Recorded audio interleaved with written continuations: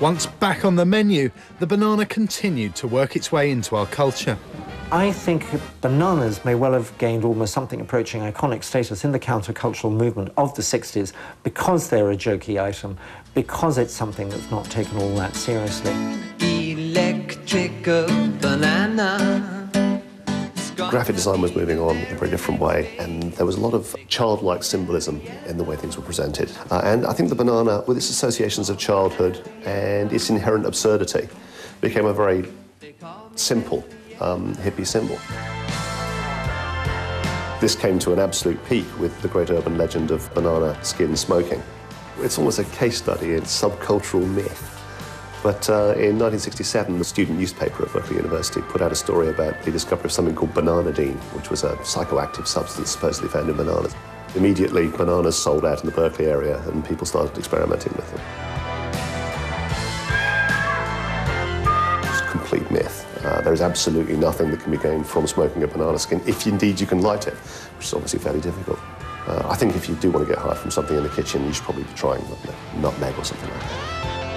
As well as infiltrating our culture, the banana has also found its way into our language. If you want to talk about top dog, you don't say he's the top strawberry, he's the top banana. If somebody goes nuts, you don't say that they've gone apples, you say they've gone bananas. What other fruit has such a central place in our way of talking? And in the late 80s, it was the British tabloids that went bananas. When the EU tried to dictate just how bendy a banana could be, they had a field day. The tabloids in the UK made a great deal of mileage out of this notion that the EU was going to insist on all bananas being straight. Like all these great stories, which you actually do dig into it, you realise that it's a pretty sensible set of agricultural edicts about how bananas should be supplied. But as far as the British press were concerned, it was all about taking the bend out of your banana. Perhaps one of the reasons that it took off so much as a myth, apart from it being a phenomenal opportunity to bash the EU for something inherently absurd, is it starts to pick up again on all those old humorous elements of the banana. Hold on tight, we're going retro. Everybody knows that during the 1970s it was law that you had to serve a cheesecake at every single dinner party. In fact, my mum spent a whole decade crushing biscuits.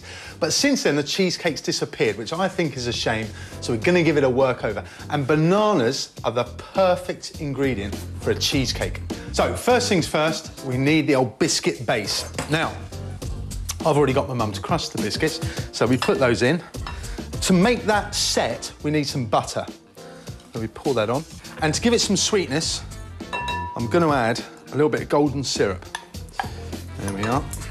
And then just mix those around. Once you've got them well mixed, pour them into your tin and then pack them into a really good biscuit base. Right, once you stamp that down really well, that goes into the fridge. Right, so now we're going to do the bananas. In order to develop the banana flavour for the cheesecake, we're going to caramelise the banana in some butter and some sugar. Now, as the butter just takes on a nut brown colour, that means it's beginning to caramelise. You can just add the bananas like this. And all we're looking to do is just build up a slight caramel on the edge of the bananas before we puree them and add them to the cheesecake. So they're done. Good smell, lovely colour to them. I'm going to let them cool while I get on with the rest of the cheesecake. Right, we're going to do the cheesy bit now of the whole thing. First of all, we're going to beat some egg yolks and some sugar, which is the base of the cheesecake. There we go. And what we're looking to do is just beat them until they're a pale yellow colour. When you got them to that point there, it's time to add the cheese. In with the mascarpone and the cream cheese. And we just work these together. So that is the sweetened cheese base. And into that, you can put any flavour and go any direction you want. We are going bananas. So these are our bananas which have cooled. And now we're going to break them down by pureeing them. And the best way is to use one of these.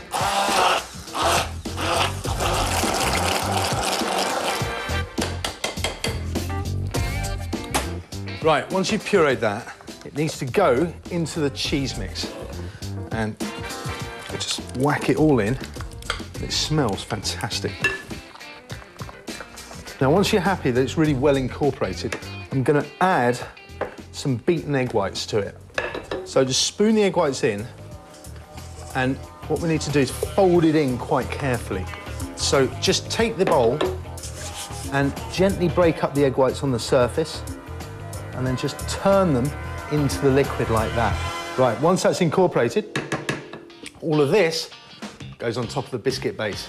So now it's just a case of pouring the mixture into the tin. Now, this is set in the fridge. Perfect. You could serve it like that, but really it needs a fanfare, and I think we need to top it with bananas. Dust the top with a bit of icing sugar, and then all we're going to do is glaze the bananas with a blowtorch. Take it from the board onto a circa 73 cake stand. They loved the prawn cocktail, they lapped up the well-done steak. Bring on the cheesecake, peace, man. OK, so my banana cheesecake may not be the athlete's choice, but the banana certainly is.